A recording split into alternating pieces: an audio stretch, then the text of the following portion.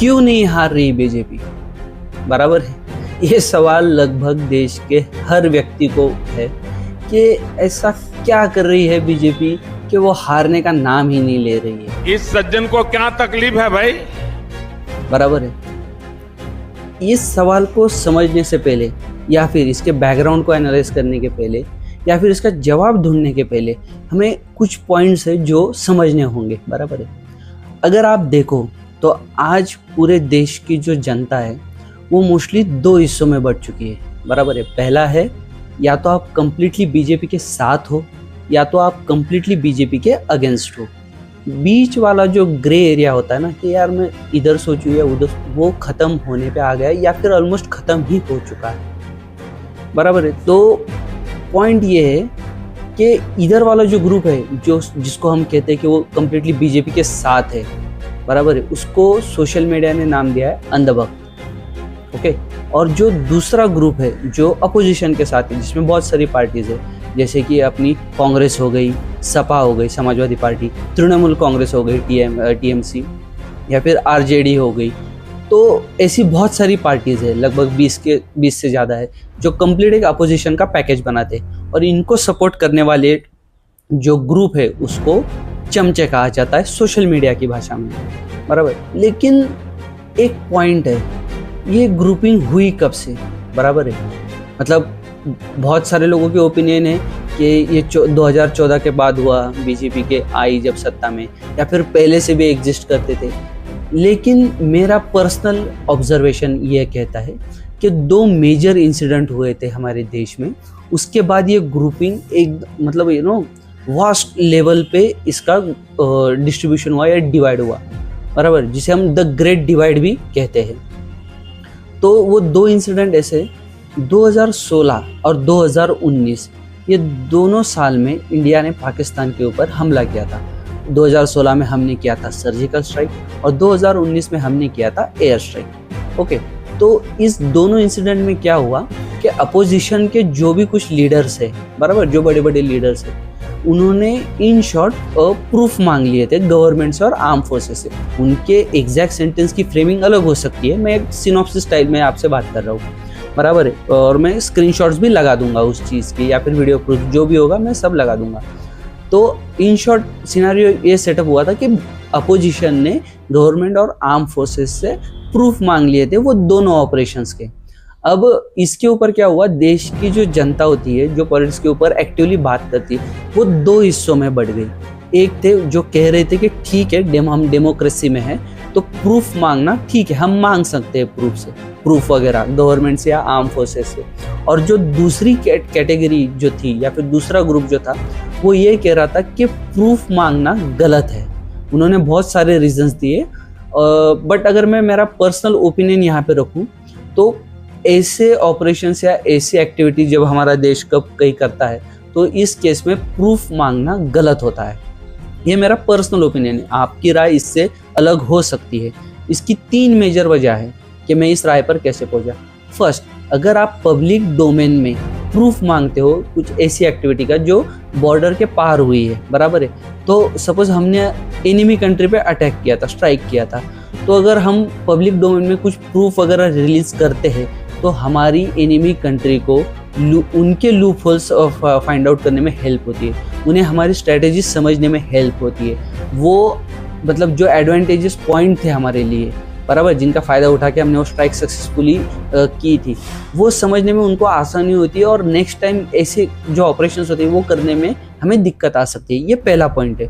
दूसरा पॉइंट, जब भी कोई देश किसी दुश्मन देश की टेरिटरी के अंदर घुस के कोई ऐसी स्ट्राइक या हमला करता है, तब वो जो देश है जिसके ऊपर ये हमला हुआ वो ग्लोबल लेवल पे या ग्लोबल मीडिया में ये चीज़ इजीली एक्सेप्ट नहीं करता है। और जब बात टेररिज्म जैसे एक्ट की हो तो वो कभी इस बात को एक्सेप्ट नहीं करेगा कि हमला हुआ है, और बाय डिफ़ॉल्ट ऐसा ही हुआ। पाकिस्तान ने टेररिज्म को डिनाई करते करते ये भी डिनाई कर दिया कि हमारे ऊपर ऐसा कोई हमला या स्ट्राइक्स हुए ही नहीं थे।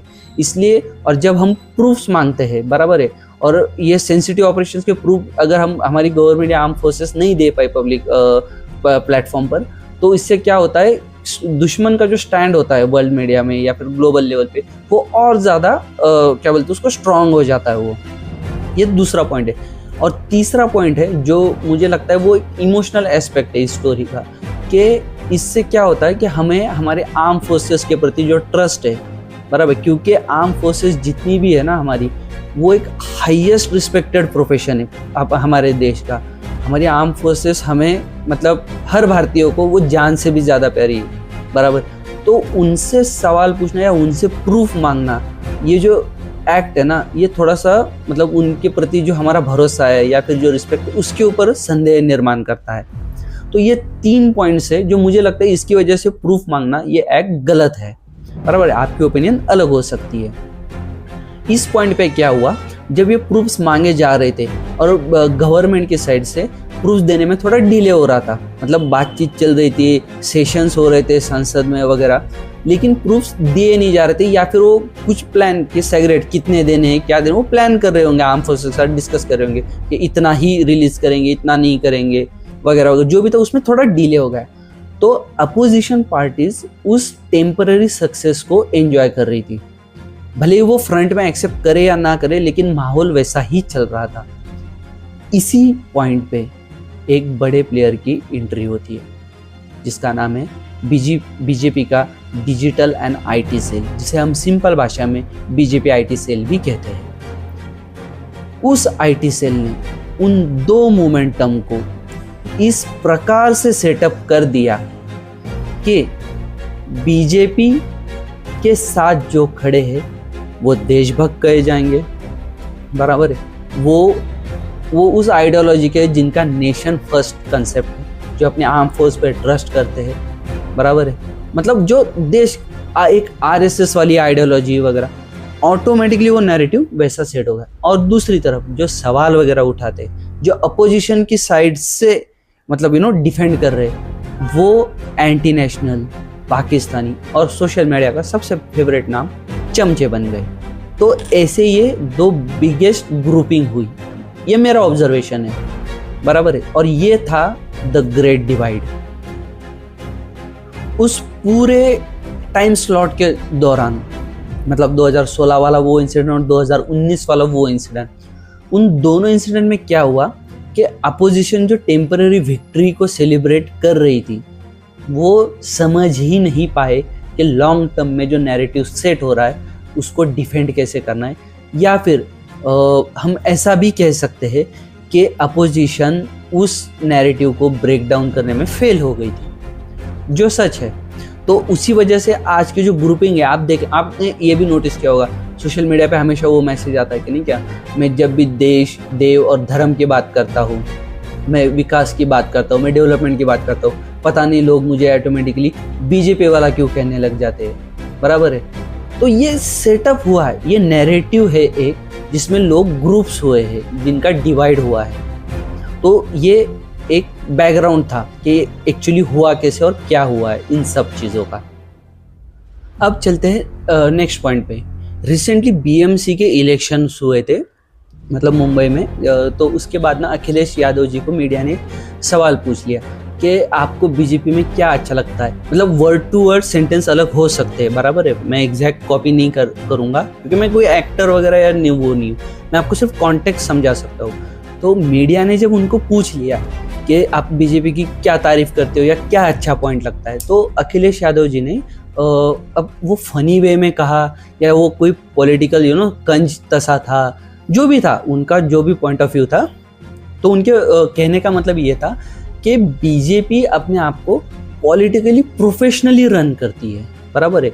इन शॉर्ट इस पूरे 3 वर्ड्स का मतलब क्या है, पॉलिटिकली प्रोफेशनली रन करना, कि वो एक कॉर्पोरेट टाइप स्ट्रक्चर है उनका, एकदम प्रॉपर कॉर्पोरेट स्टाइल स्ट्रक्चर में वो अपने आप को रन करते हैं। और दूसरी पॉइंट उन्होंने कहा था कि वो डाटा मार्किंग भी करते हैं, बराबर है, उनके पास रिसोर्सेज की कमी नहीं है वगैरह। मैं वीडियो डाल दूंगा उस पूरे इसका, तो उन्होंने क्या कहा। बीजेपी से सीखने को भी बहुत कुछ है।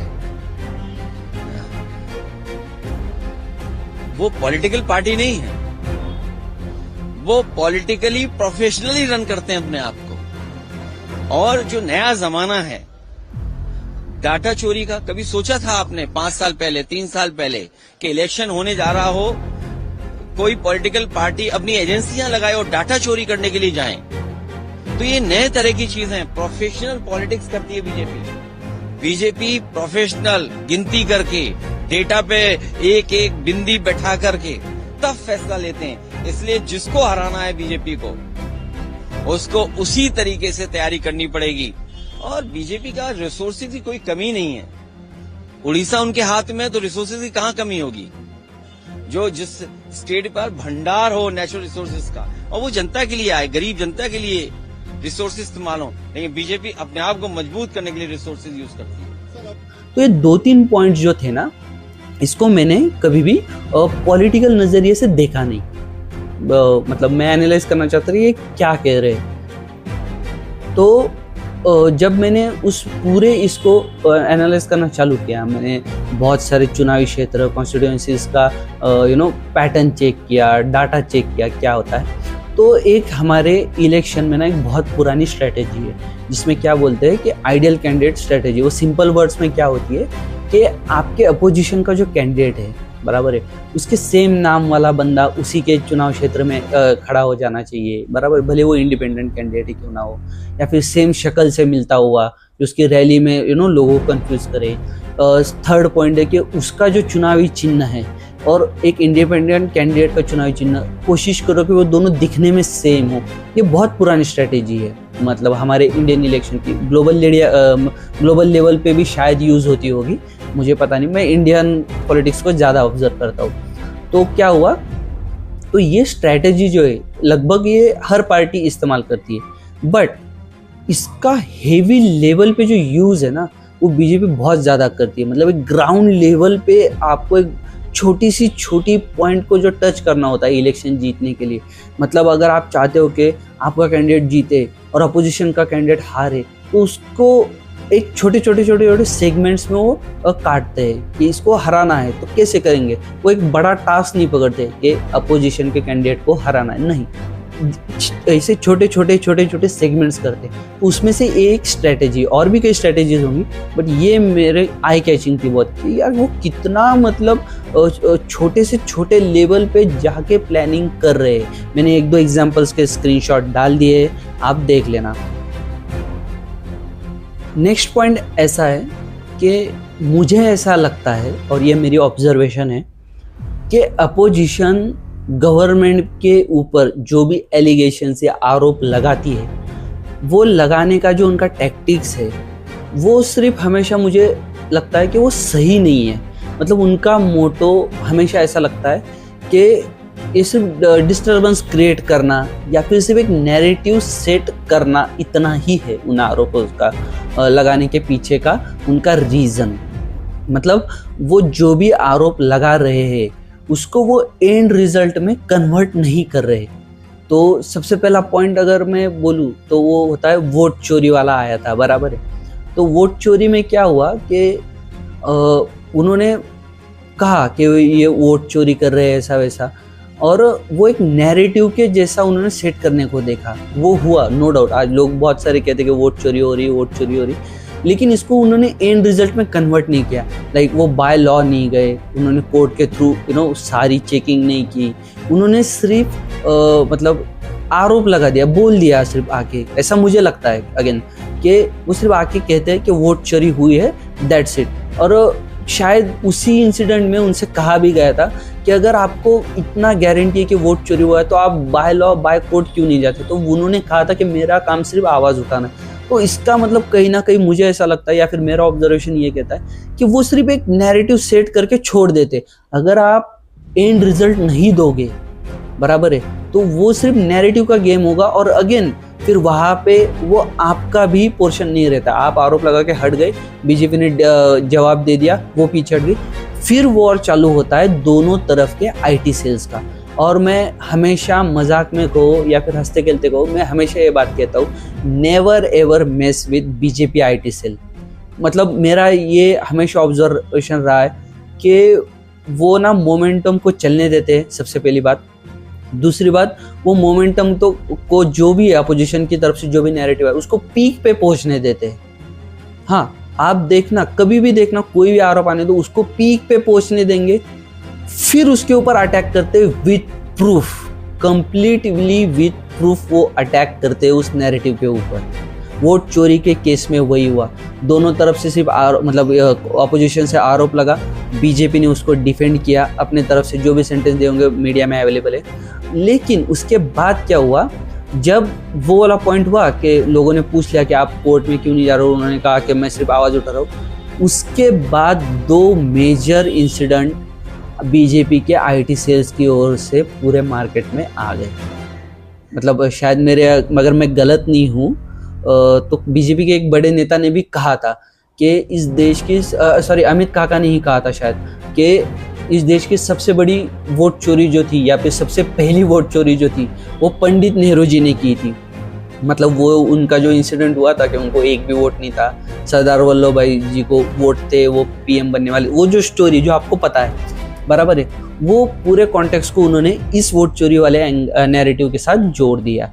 दूसरा उन्होंने एक किया, आपको पता है इंदिरा गांधी जी को इलेक्शन कमीशन से या फिर इलेक्शन कमीशन से नहीं शायद से बाय लॉ, इन शॉर्ट हम इतना ही बोलते हैं कि बाय लॉ उनको बैन कर दिया गया था इलेक्शन में पार्टिसिपेट करने के लिए।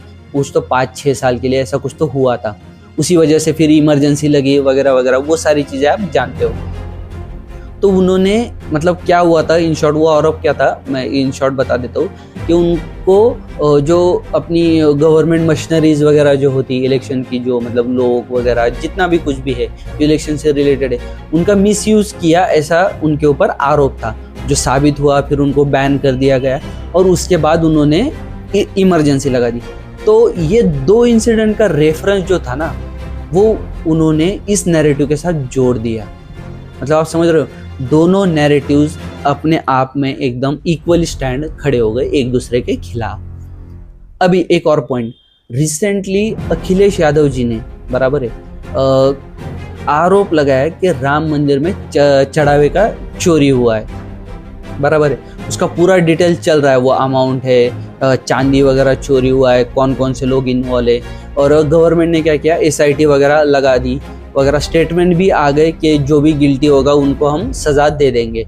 ये पूरा एक फ्रेम है, बराबर है। तो आप समझ लो, इन्होंने आरोप लगाया कि ऐसा ऐसा हुआ है, इन्होंने उसके ऊपर एक स्टेटमेंट दे दिया कि हम एक्शन लेंगे या फिर जो भी इन्वेस्टिगेशन होगा वो सब करेंगे, इन्होंने दे दिया।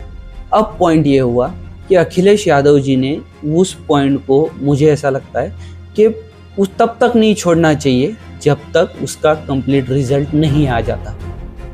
क्योंकि उससे क्या होगा, अगर उन्होंने बीच में सेम राहुल गांधी जैसी अगर मिस्टेक की, एक नैरेटिव बना के अगर छोड़ दिया और इलेक्शन में वही यूज़ करने का अगर उनका प्लान है, तो मतलब बीजेपी की ओर से ये स्टेट्समैन, मतलब भले उनके ऑफिशियल स्पोक्स पर्सन नहीं हो, लेकिन सोशल मीडिया पे एनवायरनमेंट बनना चालू हो गया है कि चोरी का आरोप वो लोग लगा रहे हैं जिन्होंने कार सेवकों के ऊपर गोलियां चलाई थी।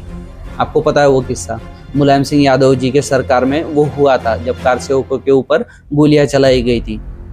और दूसरा आपको पता है राम सेतु बंधनम नाम का एक प्रोजेक्ट था जिसको तोड़ने वाले थे, और जिसको मतलब वो श्रीलंका और भारत के बीच में वो सी रूट बनाने के लिए उसको तोड़ने वाले थे। वो राम सेतु मूवी भी लगभग उसी कॉन्टेक्स्ट के ऊपर डिपेंड है।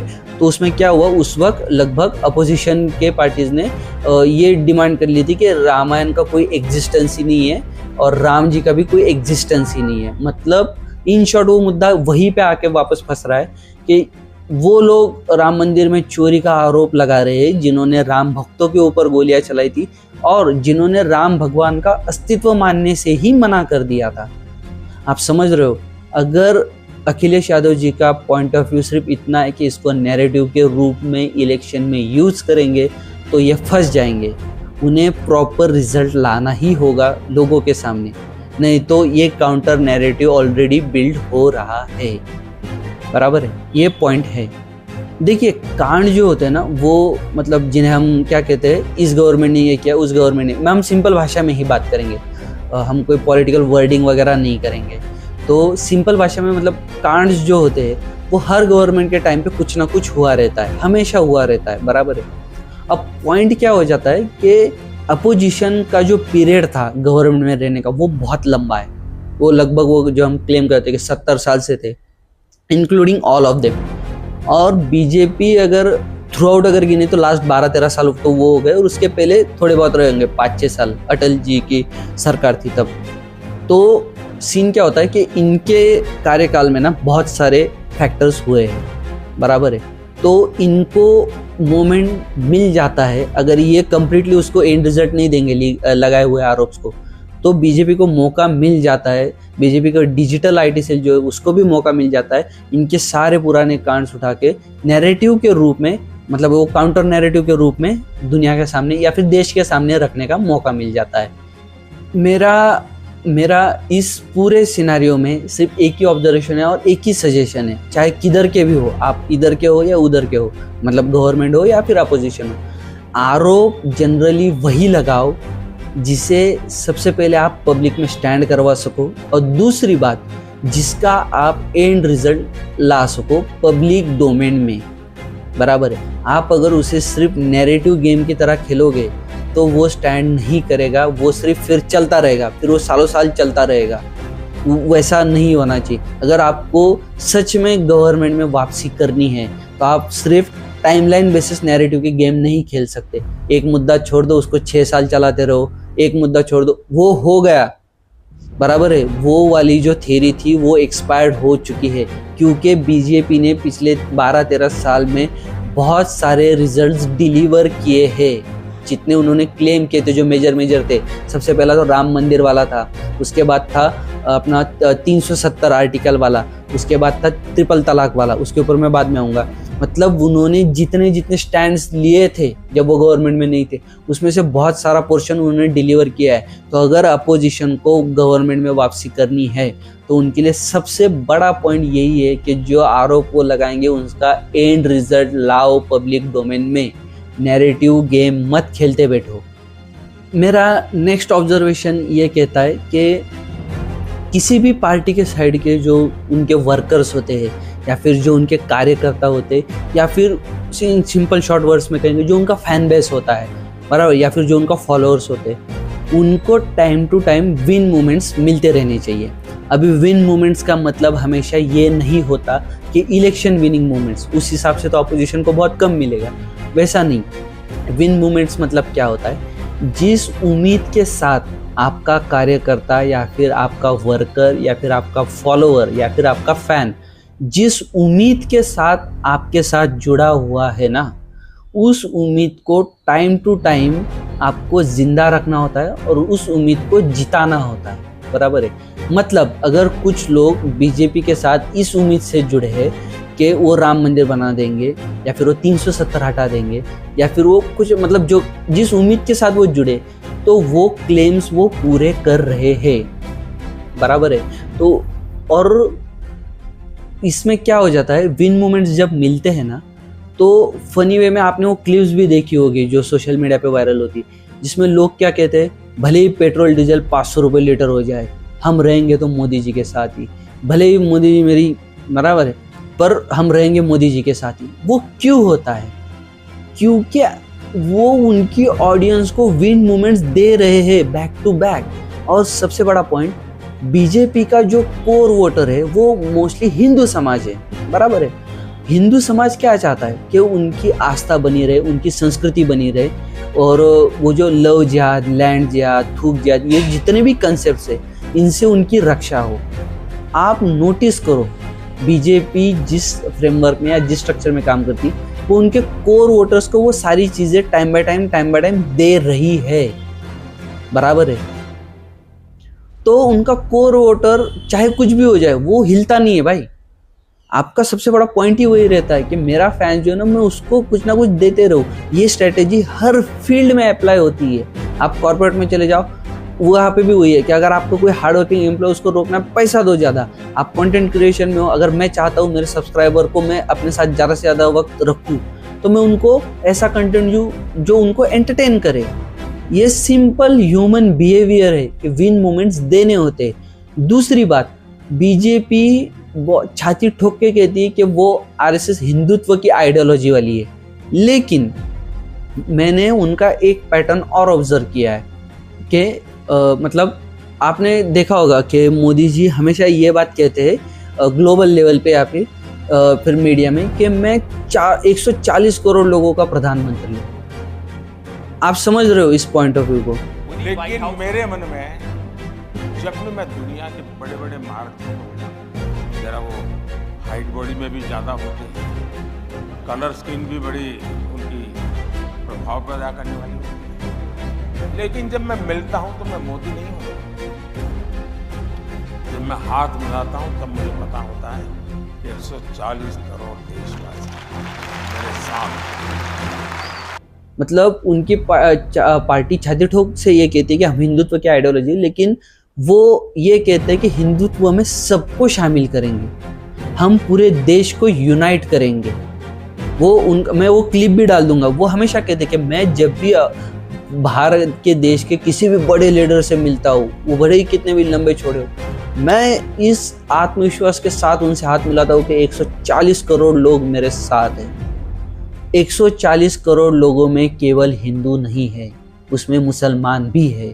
तो वो उनको भी, मतलब वो आपके कोर वोटर्स को भी अभी तोड़ रहे हैं। उनका कोर वोटर्स जो मतलब वोट बैंक कह सकते हैं हम, जो ऑफिशियली वर्ड यूज होता है भी है वैसे एक दूसरे के खिलाफ, मतलब जो उनका ये है कोर वोटर जो हिंदू समाज है, वो उन्होंने सिक्योर किया। उसी के साथ साथ अभी वो आपके कोर वोटर्स को भी ले रहे। दूसरी बात, वो सिर्फ क्लेम नहीं कर रहे हैं, मतलब वो विथ प्रूफ ये साबित कर दे रहे हैं कि हम मुसलमानों के लिए भी उतना ही एक्टिवली काम करेंगे जितना हिंदू के लिए या फिर बाकी समाज के लिए कर रहे हैं। उसके 2-3 एग्जांपल मैंने जैसे कि मैं डाल दूंगा कि जैसे ट्रिपल तलाक था, उन्होंने मुस्लिम वुमेन्स जो है, वो जो पूरी कम्युनिटी है मुस्लिम वुमेन की, उसका ट्रस्ट जीता, ट्रिपल तलाक हटा दिया, बराबर है। दूसरी बात, प्रधानमंत्री आवास योजना का जो डिस्ट्रीब्यूशन हुआ था, बहुत जगह पे ये क्लेम आता है कि मैक्सिमम पोर्शन जो है वो मुसलमानों को भी मिला था। मतलब उन्होंने कोई डिस्क्रिमिनेशन नहीं किया इन पूरे, मतलब अपने जो बेनिफिट्स जो देती है गवर्नमेंट, उसमें कभी उन्होंने डिस्क्रिमिनेशन नहीं किया। आपने रिसेंटली बहुत जगह पे देखा होगा कि बहुत सारे मुस्लिम जो लीडर्स है, बराबर है, वो ये कह रहे हैं कि अभी हमें कांग्रेस का साथ छोड़ देना चाहिए, हमें अब बीजेपी के साथ चले जाना चाहिए, क्योंकि हमें समझ में आ रहा है कि बीजेपी अब हमारे लिए काम कर रही है। ये पॉइंट समझिए आप। अगर आपकी आइडियोलॉजी, अपोजिशन की आइडियोलॉजी ये है कि हम क्या बोलते हैं उसको, कौन सा टर्म है वो, सेक्युलरिज्म, हाँ हम सेक्युलर पार्टी है, तो आपको सभी कम्युनिटीज को इक्वली ट्रीट करना होगा। लेकिन इसी के बीच में आपका एक सीएम, तेलंगाना का सीएम स्टेटमेंट क्या दे देता है, ये देखिए। कांग्रेस है तो मुसलमान है, कांग्रेस है तो आपकी इज्जत है। जब कांग्रेस नहीं है, भाई कल मैं रहमत नगर में भाषण दे रहे थे, भाई बोलने का मतलब मुसलमान का मतलब कांग्रेस, कांग्रेस का मतलब मुसलमान। इस स्टेटमेंट के बाद बहुत सारे मुस्लिम कम्युनिटी के लोग उनके ऊपर ही भड़क गए, बराबर है। तो मुझे ऐसा लगता है अगर आप क्लेम कर रहे हो ना, क्योंकि अब वो राजनीति खत्म होने का वक्त आ रहा है, हिंदू मुस्लिम की राजनीति खत्म होने का वक्त आ रहा है। हाँ, वो रिलीजन बेस्ड झगड़ा चलता रहेगा, वो अलग पॉइंट होगा, वो कंप्लीटली अलग है, बराबर। उसके ऊपर जो पॉलिटिक्स चलती है, मुझे लगता है वो पॉइंट अभी खत्म करने का वक्त आ रहा है। आप वो इनिशिएटिव लो, आप मार्केट को डिस्टर्ब करो, आप सेक्युलरिज्म को उस हाइट पे लेके जाओ कि जहाँ पे मतलब वो सिंगल कम्युनिटी का सपोर्ट लेके आगे चलने वाला जो पैटर्न है वो ब्रेक हो जाए, कंप्लीटली ब्रेक हो जाए। आपको ये पॉइंट समझना होगा। देखो, मुझे ऐसा लगता है कि 2027 यूपी के इलेक्शंस आ रहे हैं, बराबर है। अभी बाय चांस किसी भी मेथड से अगर अपोजिशन के लीडर्स जो 2 मेन है, जैसे राहुल गांधी जी हो गए यूपी में और अखिलेश यादव जी हो गए, अगर वो बाय एनी मीन्स काशी के मंदिर का या फिर मथुरा के मंदिर का रिजल्ट लेके आते हैं सेक्युलर वे में, तो वो ज़्यादा से ज़्यादा सीट्स जीत सकते हैं। ये मेरा पर्सनल ऑब्जर्वेशन लग रहा है मुझे। और दूसरा पॉइंट उसमें क्यों मैं बोल रहा हूँ, क्योंकि बीजेपी ने तो ऑलरेडी क्लेम कर दिया कि हम बाय लॉ मतलब इस 2 मंदिर को या इन 2 साइट्स को हम वापस लाएंगे हिंदू संस्कृति में। आप उनके पहले रिजल्ट लेके आ जाओ ना डायरेक्ट। इससे क्या होगा, आपके प्रति जो माइंडसेट सेट हुआ है कि अपोजिशन ओनली मुस्लिम फेवर या मतलब पार्टी या मुस्लिम कम्युनिटी को जो ज़्यादा से ज़्यादा फेवर कर, वो नैरेटिव ब्रेक हो जाएगा। आपका सेक्युलरिज्म का जो मतलब ये रहता है, हमेशा क्या बोलते हैं हम उसे, जो आपका वादा रहता है वो पूरा हो जाएगा। बराबर, आप समझो इस पॉइंट को, आपको पैटर्न ब्रेक करने होंगे। नेक्स्ट पॉइंट, मुझे ऐसा लगता है अपोजिशन को फिल्मों के ऊपर बात नहीं करनी चाहिए। मतलब ये जो भी एनवायरनमेंट वो बनाते हैं ना, ये प्रोपेगेंडा फिल्म है, वो प्रोपेगेंडा मत करो, उस सेक्टर में मत घुसो। आपके सरकार के टाइम पे भी ऐसी मूवीज बनी हुई थी कि जो प्रोपेगेंडा को जस्टिफाई करती है। आप पॉइंट्स को समझो। आप अगर लड़ते रहे कि ये फिल्मों, उससे सिर्फ एक एनवायरनमेंट बनेगा सोसाइटी में। बराबर है, आप चर्चा में आ सकते हो, सत्ता में नहीं। पॉइंट समझिए इसको। आपको लड़ना उस बैटल ग्राउंड पे है जहाँ पे बीजेपी कमज़ोर हो सकती है। मतलब इन शॉर्ट में समझाता हूँ, आपको बीजेपी के खिलाफ वो उन मुद्दों पे लड़ना है जो आपके गवर्नमेंट के टाइम पे नहीं हुए थे। आप अगर उन मुद्दों पे उनको पकड़ने को जाओगे जो सेम मुद्दे आपकी गवर्नमेंट के ऊपर या फिर आपके गवर्नमेंट के टाइमलाइन में भी हुए थे, तो आप फंस जाओगे। सिंपल बात है, मैंने चोरी की है और सामने वाले ने चोरी की, मैं सामने वाले को चोर नहीं बोल सकता। हम दोनों ने एक टाइप का ही कांड करके रखा है। आप वो पॉइंट ढूंढो जो आपकी गवर्नमेंट के टाइम पे नहीं हुआ था, जो सिर्फ बीजेपी के टाइम पे हुआ है। लेकिन ऐसा कोई पॉइंट है आपके पास? मतलब वो भी तो देखना पड़ेगा ना आप लोगों को।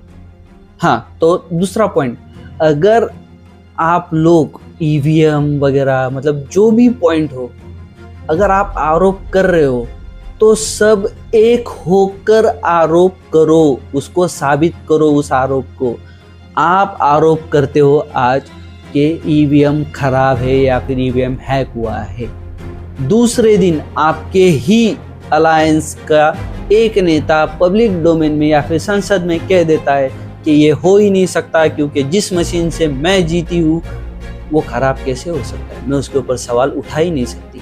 और अगर चेकिंग करनी है तो सबसे पहले मुझसे शुरुआत करो। और ये बात कही है सुप्रिया सुळे मैडम ने। क्या हुआ, पहले पंचायत में इतनी बड़ी सरकार आई, मैं नहीं कह रही हूँ, इनका कहना है कि मैं भी उसी मशीन पे चुन के आई हूँ, तो मैं वीवीपैट किसी पे नहीं बोलूँगी, क्योंकि मेरा कहना है अगर वो मशीन में गलती है तो मेरे से शुरू करिए, क्योंकि मैं 4 बार चुन के उसी मशीन के कारण आई। So I am not speaking against the machine, I am making a very. Next point, मुझे ऐसा लगता है कि मतलब लास्ट टाइम भी ये पॉइंट बहुत डिस्कस हुआ था कि अपोजिशन ये कहती है कि बीजेपी ने जितने भी हाई लेवल पोस्ट रहते हैं ना, जो पीएमओ सेक्रेटेरिएट वगैरह, उस लेवल के हाई लेवल पोजीशन लगभग वो सारे ऊंची जात के लोग भर के रखे। मतलब अगेन वो जातिवाद वाला एंगल आ गया। मेरा सिंपल ये कहना है, मतलब ये रिप्लाई तो शायद अमित शाह ने भी उनको दे दिया था, बराबर है। तो मैं अगेन उस पॉइंट को सिंपल इसमें समझाता हूँ। बीजेपी कंटिन्यूस सत्ता में पिछले सिर्फ 12-13 साल से आई है, बराबर है। और जो हाई लेवल के जो लोग होते हैं ना पोस्ट पे, गवर्नमेंट के पोस्ट पे, वो वहाँ तक पहुँचने के लिए कम से कम 25-30 साल का करियर लगता है। ये हमारे इंडिया का टाइमलाइन है, ऐसा नहीं कि मैं अपनी तरफ से क्लेम कर रहा हूँ। किसी भी एक हाई लेवल पहुँचने के लिए ना 25-30 साल का करियर लगता है, बराबर है। वो कोई बिजनेस नहीं है, आज डाला नसीब हुआ 5 दिन में चल गया, आपका प्रोडक्ट बिक गया और आप एकदम अमीर हो। वो वैसे काम नहीं करता है, वो उनका एक हायरार्की होता है। तो जो लोग आज टॉप पोजीशन पे ऑलरेडी है, इसका मतलब यही है कि उनका रिक्रूटमेंट आपके गवर्नमेंट के टाइम पे हुआ था। आप आरोप ही गलत लगा रहे हो। मैं वही कहता हूँ कि आप पहले अपने आरोप को स्टडी करो कि वो आप बोल क्या रहे हो उसके ऊपर, फिर सोचना कि ये स्टैंड करेगा या नहीं करेगा। सिर्फ बोल देना है और फिर अगेन आप जब कुछ भी बोल देते हो ना, तो सामने वाली टीम को मौका मिलता है आपकी इमेज खराब करने का। समझ रहे हो आप?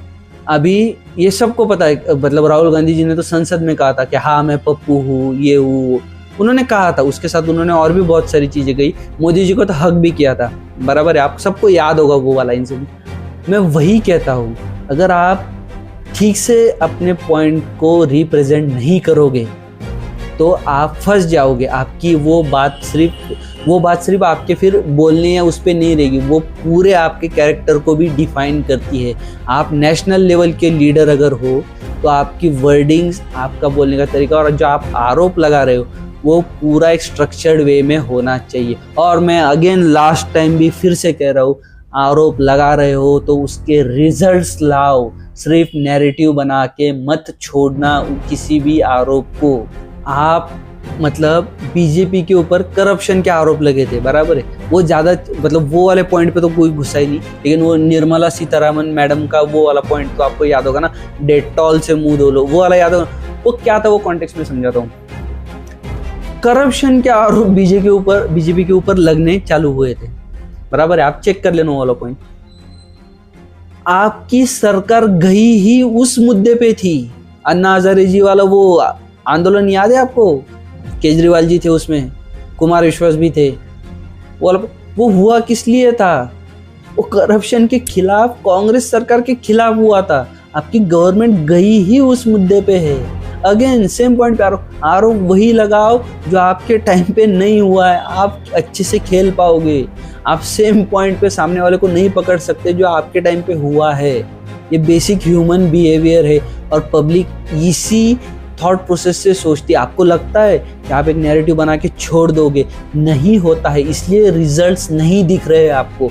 आप बोलते हो कि मैंने ये कर लिया, मैंने वो कर लिया, कुछ नहीं हुआ। क्यों नहीं हुआ? पब्लिक का ह्यूमन बिहेवियर हमेशा वही देखता है।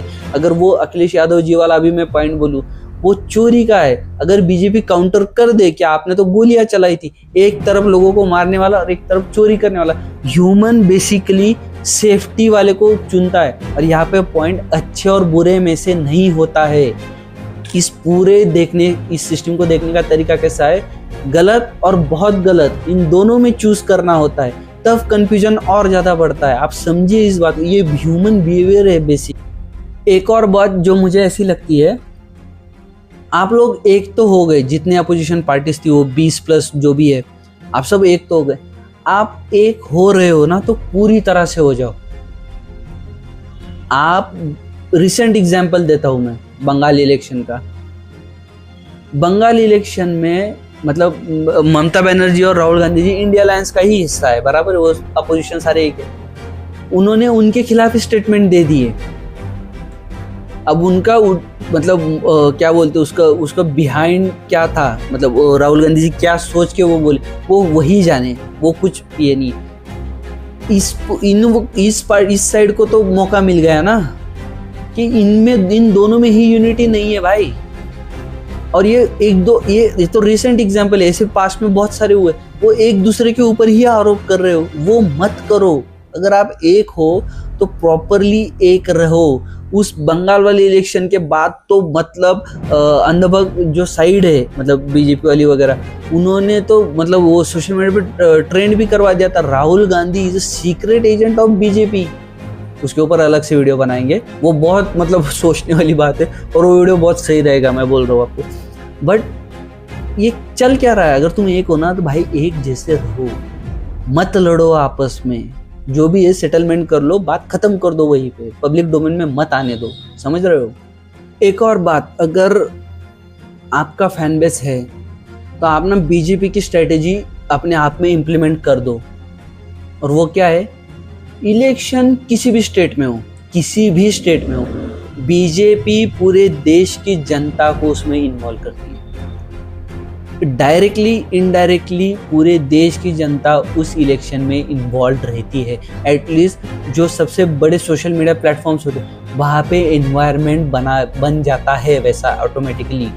आपका रिसेंट मैं बताता हूँ कि मतलब ये स्ट्रेटेजी साउथ में भी यूज़ हुई थी एक स्टेट में रिसेंटली। तो पहले मैं बंगाल का बता देता हूँ। बंगाल इलेक्शन के लिए बंगाल से ज़्यादा पूरे देश के लोग मतलब इंटरेस्टेड थे कि बंगाल में क्या होगा क्या नहीं होगा। दोनों साइड के पार्टी मतलब जितने भी सपोर्टर्स होते दोनों साइड के, अंधभक्त भी और चमचे भी, डिफेंड कर रहे थे कि ये तो कमबैक मतलब ममता जी का कमबैक हो जाएगा ऐसा लग रहा है। और अंधभक्त साइड के बोल रहे थे कि नहीं, बीजेपी तो पलटवार करी, इस बार बीजेपी सत्ता पलट। पूरा देश इन्वॉल्व हुआ, ये बेसिक पॉइंट समझो आप। इस सेम स्ट्रेटेजी को यूज किया गया है तमिलनाडु के इलेक्शन में, जहाँ पे विजय ने सेम मेथड अप्लाई की। पूरे देश की जनता की नज़र उस बंदे के ऊपर आके रुक गई। इसका ग्राउंड लेवल पे मैं आपको बताता हूँ, मतलब उस स्टेट को इम्पैक्ट ऐसा डायरेक्टली विजिबल इम्पैक्ट नहीं होता है, लेकिन ये जो एनवायरनमेंट बनता है ना, ये मतलब ये आपकी सोशल मीडिया डिजिटल जो टीम होती है उसको हेल्प करती है। वहाँ का जो कोर वोटर होता है, जो लोकल वोटर होता है उस स्टेट का वगैरह, उसको इन्फ्लुएंस होने में मदद मिलती है। तो अगर जब भी कोई अगला इलेक्शन आए तो पूरे देश की जनता को उसमें इन्वॉल्व करो, सिर्फ उस स्टेट तक लिमिटेड मत रखो। यूपी का इलेक्शन आ रहा है, पूरा देश देख रहा है कि योगी बाबा की हैट्रिक होगी या नहीं होगी, या अखिलेश जी सत्ता पलट दे। एनवायरनमेंट पूरे देश में बनाओ, पॉइंट समझो। यूपी इलेक्शन जो आ रहा है उसमें मतलब पूरे देश का फिलहाल का माहौल जो मतलब मैं सोशल मीडिया देख रहा हूँ, लोग योगी जी को जीतता हुआ देखना चाह रहे हैं। आप मतलब आपको लगेगा कि मैं बायस्ड होके बोल रहा हूँ, मैं बायस्ड होके नहीं बोल रहा भाई। माहौल बना है वैसा, योगी जी की मतलब वो हैट्रिक लोग देखना चाहते हैं, बाबा को फिर से सत्ता में देखना चाह रहे लोग। और पंजाब में राघव चड्ढा जी का जो मतलब हुआ था पार्टी ट्रांसफर, यहाँ से वहाँ जो हुए थे, अब लोग ये भी देखना चाहते हैं कि पंजाब में क्या होगा, पंजाब में बीजेपी की एंट्री होगी या नहीं होगी। और रिसेंटली वो भगवंत मान जी का कांड हो गया, कैसे मतलब आप के किए गए कांड पूरे देश में जो एनवायरनमेंट बनता है ना उसको फ्यूल देते हैं। आप गलत कर देते हो, बीजेपी का बनाया हुआ नैरेटिव सब कंप्लीटली सक्सेसफुल हो जाता है, वो ग्राउंड लेवल के कोर वोटर को माइंड डाइवर्ट करके। ऐसे ही हैक होता है ईवीएम भाई, समझ इस बात को। वो और भाई वो वाला जो पॉइंट होता है ना, वो डिवाइड एंड रूल का जो था, मतलब ब्रिटिश साइड का था, वो वुड की थ्योरी थी, उसके पहले भी थी बट उनके ऊपर ज़्यादा बिल फटता है उसका, वो ख़त्म होने पे आ गई है।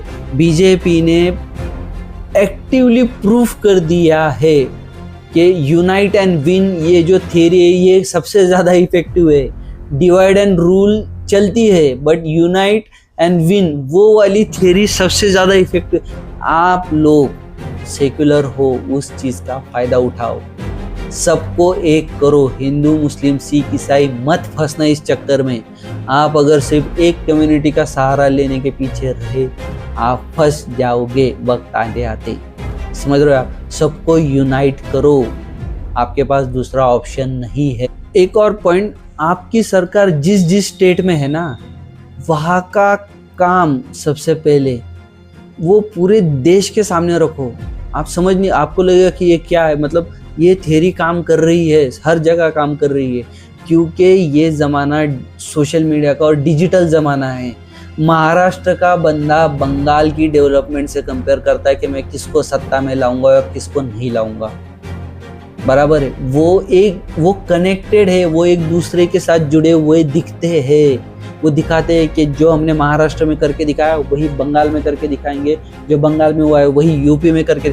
वो इकोसिस्टम बना रहे, वो चेन बना रहे। आप कर्नाटक में अगर आप सत्ता में हो, सपोज पकड़ लो, नहीं कर्नाटक में पकड़ लो या फिर तेलंगाना में पकड़ लो, कहीं पे भी पकड़ लो, जहाँ पे भी आप सत्ता में होंगे, उस स्टेट का जो काम आपने किया है ना वो ग्लोरीफाई करो।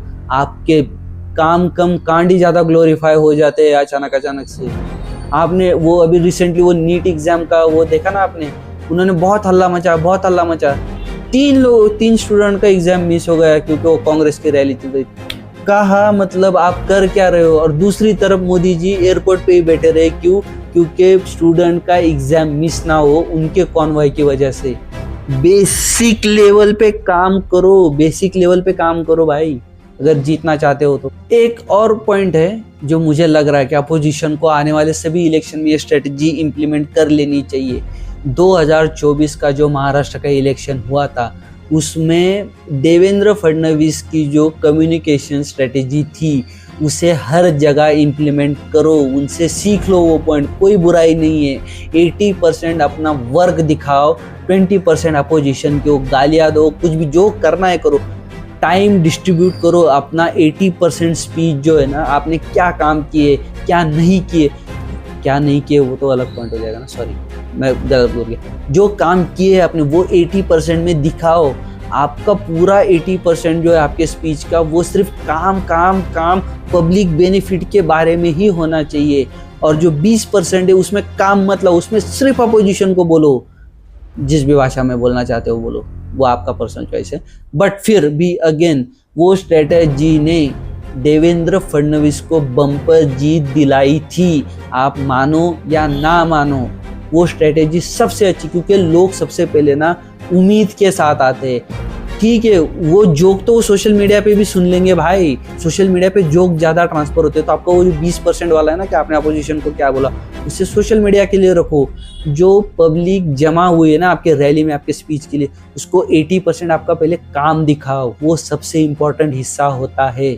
एक थंब रूल लिख लो, आखिरी वाला है बट लिख लो, मतलब ऐसा मुझे लग रहा है, जब भी मुद्दा बॉर्डर के बाहर का हो, जिसे हम इंटरनेशनल कहते हैं या जियोपॉलिटिक्स कहते हैं, जब भी मुद्दा जियोपॉलिटिक्स या इंटरनेशनल लेवल का हो, बाय डिफॉल्ट बिना अपोज किए गवर्नमेंट के साथ खड़े रहो, क्योंकि वर्ल्ड मीडिया ये नहीं देखती कि योगी जी क्या कर रहे हैं, अखिलेश यादव जी क्या, वो ये देखते हैं कि इंडिया क्या कर रहा है, इंडिया का स्टैंड क्या है। तो गवर्नमेंट के साथ बाय डिफॉल्ट खड़े रहो। उसके 2 रीज़न है, अगर इंडिया सही हुआ और आपने अपोज किया होगा तो देश के अंदर की जनता ये सोचेगी कि ये तो देशद्रोही है, देश के विरोधी है, पाकिस्तान निकल जाओ। बेसिक थिंग है ये। अगर आपने विरोध किया और अचानक इंडिया का स्टैंड सही हो गया, लोग यही सोचेंगे ना कि गवर्नमेंट ने सही स्टैंड लिया था। दूसरी बात, अगर वो गलत भी हुआ, गवर्नमेंट का एक आधा स्टैंड गलत होगा इंटरनेशनल लेवल पे, देश की जनता क्या बोलेगी, एटलीस्ट हम यूनाइटेड है। और वर्ल्ड में क्या पॉइंट जाएगा, वर्ल्ड में क्या मतलब मैसेज जाएगा, इंडिया एक है। उनमें कितने भी पॉलिटिकल पार्टीज होने दो, कितने भी मतलब अपोजिशन हो, कुछ भी हो, वो कुछ भी बोले, समझो इस बात को, ये माइंड गेम होता है भाई। देश, जब बात देश की हो, बॉर्डर के बाहर की जब भी बात हो ना, एक हो जाओ, बिना सोचे समझे गवर्नमेंट किसी की भी हो सपोर्ट करो। बीजेपी ने अपने टाइम पे भी बहुत सारे टाइम यही किया था, इसलिए शायद यूएन का वो किस्सा याद है, जब अटल बिहारी वाजपेयी जी को भेजा गया था, रिप्रेजेंटेटिव बन के वो गए थे, अपोजिशन की पार्टीज थी और ये बीजेपी के उनके रिप्रेजेंटेटिव बन के गए थे। समझ रहे हो आप, ये चीज़ मैटर करती है। इंदिरा गांधी जी को भी वॉर के टाइम पे जितनी अपोजिशन पार्टीज उन्होंने भी सपोर्ट किया था। ये थेरीज हमेशा वर्क करती है। देश के लिए जब बात आए, एक हो जाओ, मत सोचो कि इसका रिजल्ट क्या आएगा, हम गवर्नमेंट के साथ एक खिलाफ, उस चक्कर में कभी मत पड़ना। और हाँ, वो वाला पॉइंट भी आपको, जब मनमोहन सिंह जी को बराबर है पाकिस्तान के टॉप लीडर्स ने कुछ भरा बुला कह दिया था, मैंने वीडियो डाल दिया। नवाज शरीफ ने यह कहा, हिंदुस्तान के प्रधानमंत्री देहाती औरत जैसे हैं।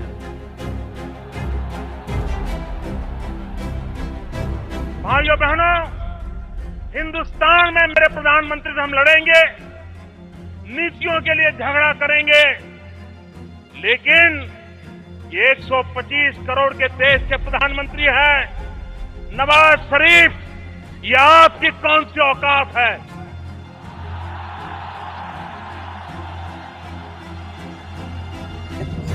तब मोदी जी ने स्टैंड लिया था।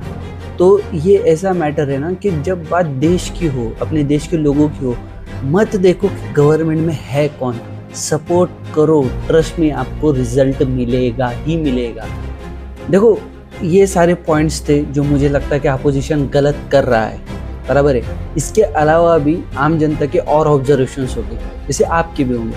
आप मुझे कमेंट्स में बताना कि आपको और क्या क्या लगता है कि जहाँ पे अपोजिशन गलती कर रही है, ओके। और देखो, मेरे बोलने का जो तरीका था ना, वो मैंने कैजुअल रखा है जानबूझ, क्योंकि ये दोस्तों के बीच का डिस्कशन लगना चाहिए।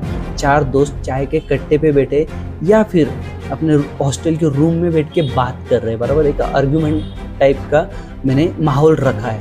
मैंने कोई प्रोफेशनल लैंग्वेज यूज़ नहीं की जो एग्जैक्ट कोट करे किस नेता ने क्या बोला है क्या नहीं बोला। और मुझे फ़िलहाल ऐसा लग रहा है देश का सारा एनवायरनमेंट देख के कि पॉलिटिकल पार्टीज़ और नेताओं को ना थोड़ा थिक स्किन रखना चाहिए, बराबर है। अगर कोई इंसान आपके ऊपर कुछ बोल रहा है या फिर थोड़ी बहुत आलोचना कर रहा है या फिर आपकी तारीफ भी कर रहा है, आपको हर सिनारियो के लिए रेडी होना है और उसको एक्सेप्ट करना है, ना कि केसेस डाल दो, उनके ऊपर लीगल एक्शन ले लो। ये सबसे गलत बात है, आप फंस जाते हो। हाँ, मैं ये समझता हूँ कि जो इंसान बोल रहा है उसे शब्दों की मर्यादा रखनी चाहिए, उसे डिग्निटी रखनी चाहिए। जैसे कुछ महिलाओं के संदर्भात में अगर कुछ बोल रहा हो महिलाओं के बारे में, तो उसे डिग्निटी रखनी चाहिए, गाली गलौज नहीं करनी चाहिए। लेकिन अगर आप लोगों को बोलने नहीं दोगे तो आपका जो सबसे कोर डेटा होता है ना, आप क्या करते हो, ईवीएम का या फिर इलेक्शन के बाद का डेटा ना एक्सेल में जाके चेक करते हो, उसको वेरीफाई। आपकी डेटा टीम है ही गलत, मैं सीधी बात बोल रहा हूँ, चाहे गवर्नमेंट की हो चाहे अपोजिशन वालों की हो। आपका डेटा एनालिस्ट जो कर रहा है ना, वो सबसे गलत काम कर रहा है, ऐसा मेरे को लग रहा है ओपिनियनली।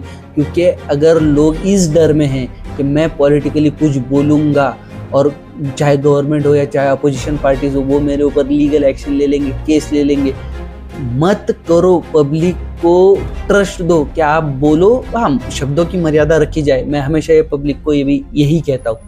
लेकिन लोगों को बोलने दो, उन्हें वो फ्रीडम दो। वो सबसे रॉ डेटा है जो किसी भी पॉलिटिकल पार्टी को एनालाइज कर सकती है उस डेटा को, कि वो कहाँ जा रहे, किस दिशा में जा रहे, वो जीतेंगे या नहीं जीतेंगे। तो हाँ दोस्तों, इसी के साथ आज का वीडियो हम ख़त्म करते हैं। आपको मतलब जो भी आपका एक्सपीरियंस रहा होगा आप हमें कमेंट्स में बताएं। अगर आपको लगता है कि हमें इम्प्रूव करना चाहिए किसी भी एंगल में, तो आप वो भी बताइए, वो इम्प्रूवमेंट्स हम ज़रूर करेंगे, करना ही होगा हमको। तो और आप इस वीडियो को अपने परिवार, अपने दोस्तों के साथ ज़रूर शेयर कीजिए और इस चैनल को सब्सक्राइब करना ना भूलें। जय हिंद।